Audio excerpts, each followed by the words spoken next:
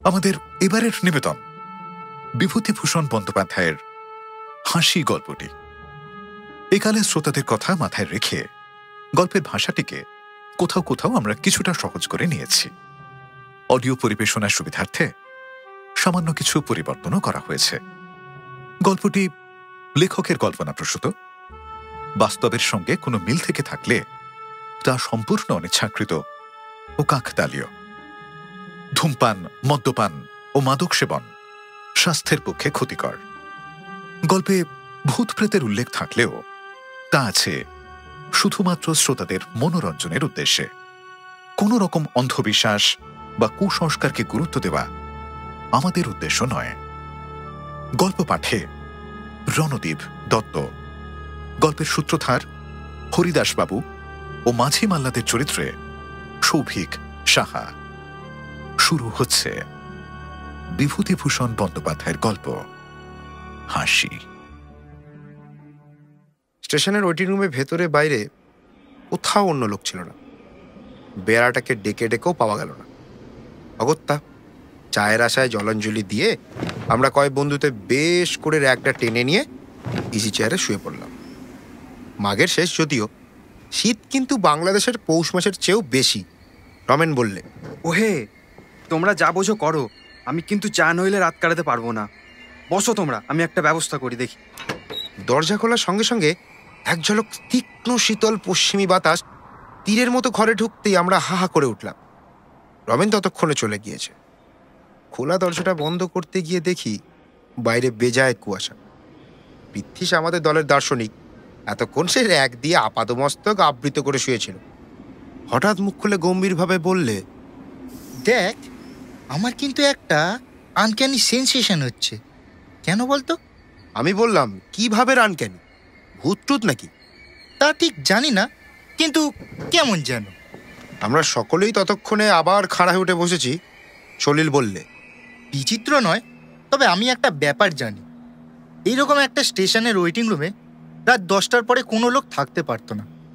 শুধু তাই নয়, একবার অনেক রাত্রে এক ভদ্রলোক ট্রেন থেকে নেমে রাত্রের মতো সেই স্টেশনের ওয়েটিং রুমেই ছিলেন। সকালেও তিনি ওঠেন না দেখে সকলে তুলতে গিয়ে দেখল তিনি অচৈতন্য অবস্থায় মুখ উপুড় করে পড়ে আছেন। তারপর অনেক যত্নে তার জ্ঞান হয়। তিনি সকলের কাছে বলেন, শেষ রাত্রের দিকে এক সাহেব এসে তাকে ওঠায়। পরে হঠাৎ সে পকেট থেকে একটা খুর বার করে নিজের গলায় বসিয়ে এমন জোরে টানতে থাকে যে কাঁচা চামড়া কাটার অস্বস্তিকর খ্যাচ খ্যাচ আওয়াজে তার সারা শরীর শিউরে ওঠে। তিনি চিৎকার করে লোক ডাকতে যেতেই দেখেন কেউ কোথাও নেই, সাহেবের চিহ্নও নেই ঘরে। তারপর কি হলো তা তিনি আর জানেন না। সেই স্টেশনের ওয়েটিং রুমের বাথরুমের মধ্যে এক ছোকরা সাহেব ইঞ্জিনিয়ার ঠিক সেইভাবে গলায় খুর বসিয়ে আত্মহত্যা করেছিল। তারপর থেকেই এই ব্যাপার। আমরা সকলে আমাদের বাথরুমটার দিকে চেয়ে দেখলাম। লুপ লাইনের নির্জন পাহাড়ের জঙ্গলের ধারে, লাইনের ওপারে কেবল স্টেশন মাস্টারের কোয়ার্টারটা এবং লেভেল ক্রসিংয়ের ফটকে দারোয়ানের গুমটি। ওয়েটিং রুমের বাইরে স্টেশনের হাতার পরে একটা ছোট্ট পান সিগারেট ও চায়ের দোকান। দিনের বেলা এমনকি সন্ধ্যার একটু পরও পর্যন্ত কিন্তু দেখেছিলাম। তারপর থেকে আর দোকানের পাত্তা নেই, দোকান বন্ধ করে চলে গিয়েছে।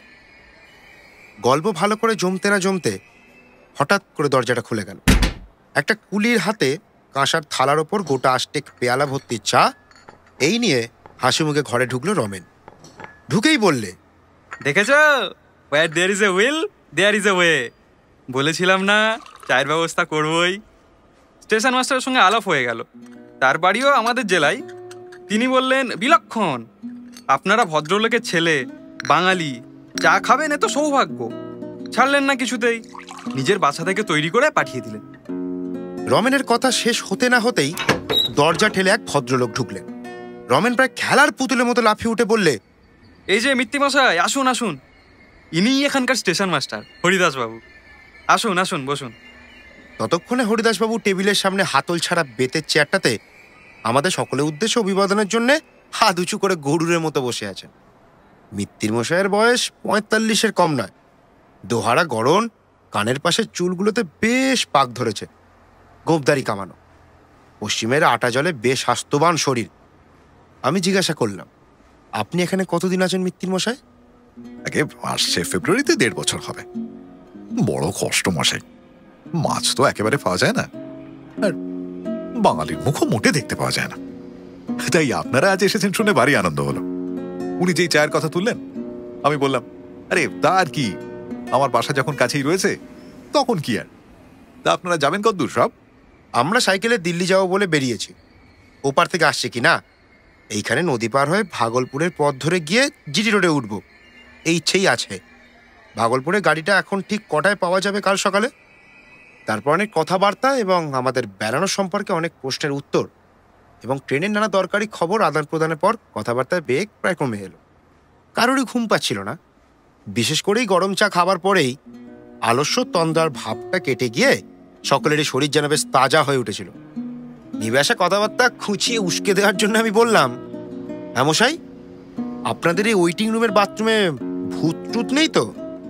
এই প্রশ্নের পরেই সলিলে সেই স্টেশনের বাথরুম আর ছোকরা ইঞ্জিনিয়ার সাহেবের গল্প আবার ফিরে এলো। আবার আমাদের একজন হাসি হলো, আর কেউ কেউ এমন ভাব করলেন যে এই স্টেশনের বাথরুম সম্বন্ধে তারা ভয়ের ধারণা পোষণ করে। রমেন বললে, যত সব গাঁজা করি। হরিদাসবাবু অনেকক্ষণ কোনো কথা বলেননি।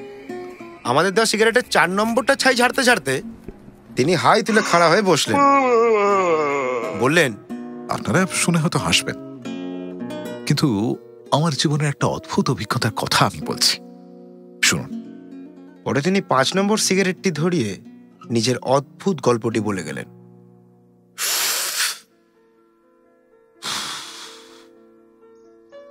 অনেক দিনের কথা। আমার বয়স তখন খুব বেশি না হলেও 12-13 কম নয়।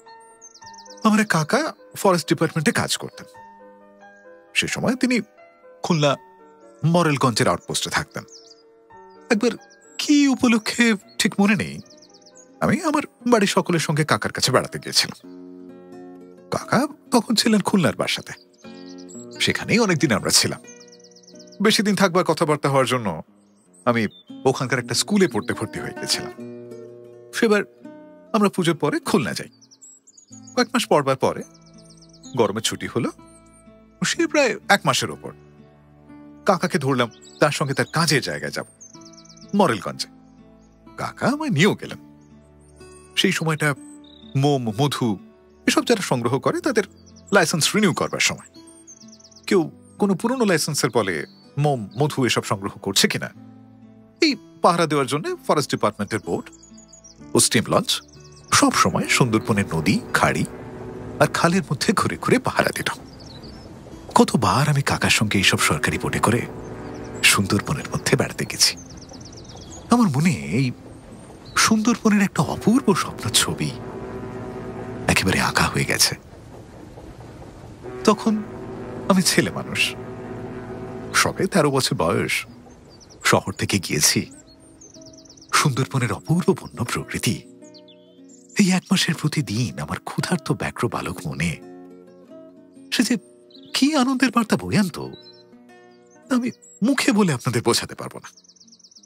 আর কখনো সে দেশে যায়নি, অনেক কালের কথা। তবু এখনো মাঝে মাঝে মনে পড়ে, বিশেষ করে জ্যোৎস্না ওঠা সুন্দরবনের ছবি।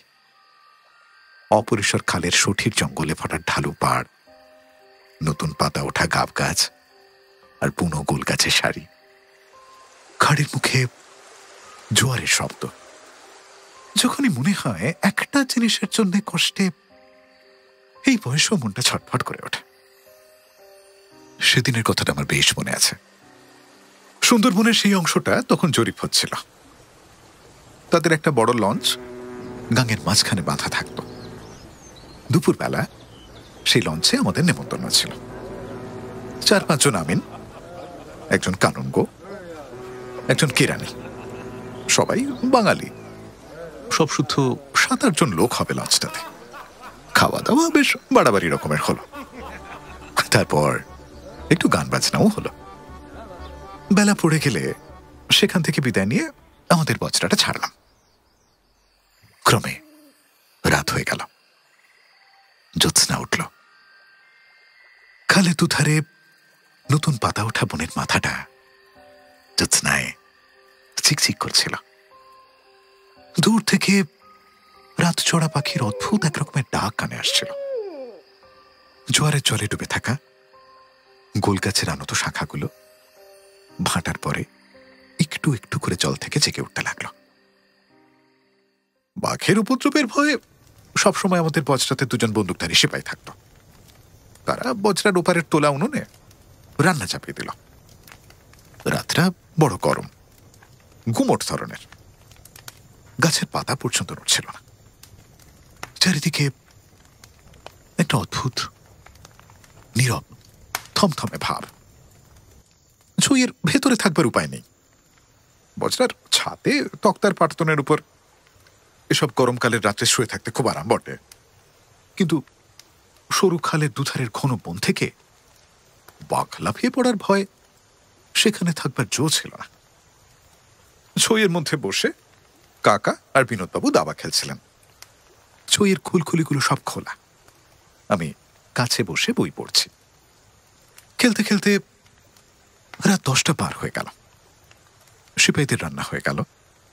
কাকা কি একটা কঠিন চাল সামলাবার কথা এক মনে ভাবছেন।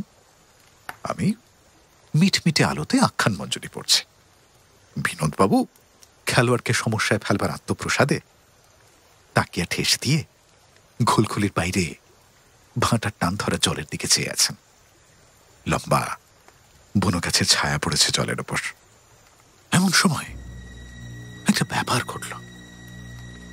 সামনের বনের মধ্যে অনেক দূর থেকে একটা উচ্চ সুস্পষ্ট কর্কশ অট্ট হাসির রব উঠল। অবিকল মানুষের গলার আওয়াজের মতো, কিন্তু তাও মনে হলো এ যেন একটা অমানসিক অস্বাভাবিক স্বর।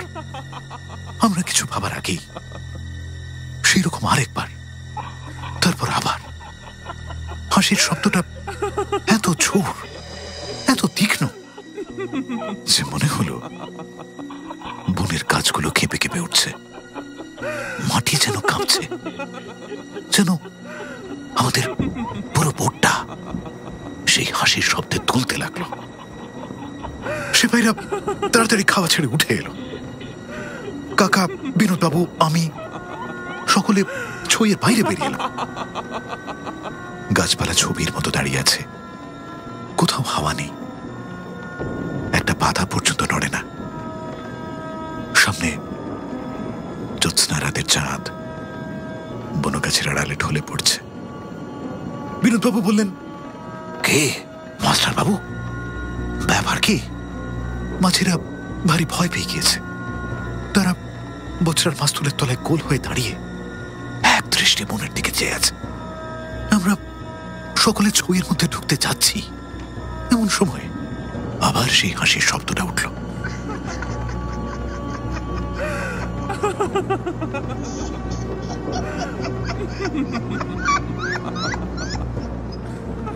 শব্দটা এত ক্রূর, এত মর্মস্পর্শী যে আমাদের সকলের গায়ে কাঁটা দিয়ে উঠল।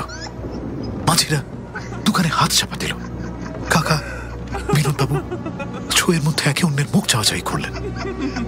কাকা বললেন, কি মশাই, হায় না নাকি? কিন্তু তার মুখ দেখে আর গলা সুরে মনে হলো সে কথা তিনি নিজেই বিশ্বাস করলেন না।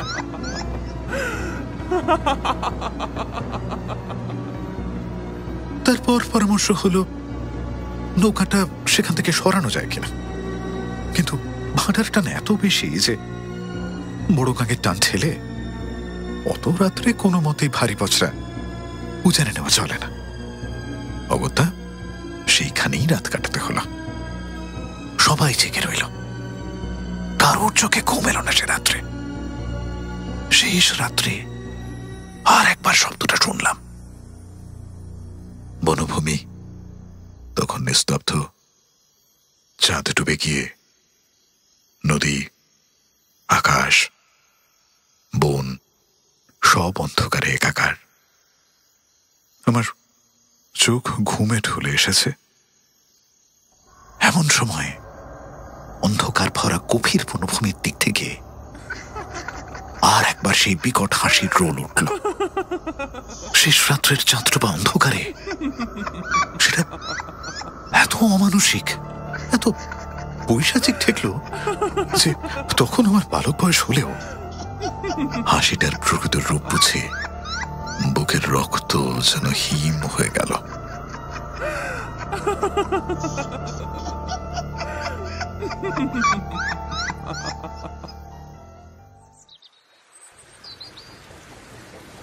সকালে জোয়ারের মুখে বজরা ছেড়ে আমরা দুপুরের সময় স্টিম লঞ্চে ফিরে এলাম। সেখানে সব কথা শুনে প্রধান সারেং আর খালাসিদের মধ্যে কেউ কেউ বললে, হ্যাঁ, ওই শব্দটা এর আগে আমরা শুনেছি বাবু, তবে স্থানটা বড় গভীর বনের মধ্যে বলে সেদিকটা লোক চলাচল বড় কম, বুঝলেন কিনা? ওই বনের মধ্যে নাকি বাবু অনেক দূর গেলে প্রাচীনকালের বহু ঘর বাড়ির হদিশ মেলে। জঙ্গলের মধ্যে সার বাঁধা পুরো বকুল গাছের সারি দেখে মনে হয় কোনো সময় সেসব স্থানের লোকের বাস ছিল। সে যাই থাকুক, আজও এতদিন পরে যখনই কথাটা মনে পড়ে তখনই এই কথাটাই মনে হয়। গভীর রাত্রির অন্ধকার, জনহীন জনপদের ধ্বংসস্তূপের চারিপাশে কোন অভিশপ্ত অশরীরী আত্মার বৈশাচিক উল্লাস ভরা অট্টহাসি সেদিন কানে এসেছিল। তাই সেই হাসির রোলটা যখনই মনে আসে, আজও এতকাল পরেও সারা শরীর যেন শিউরে ওঠে।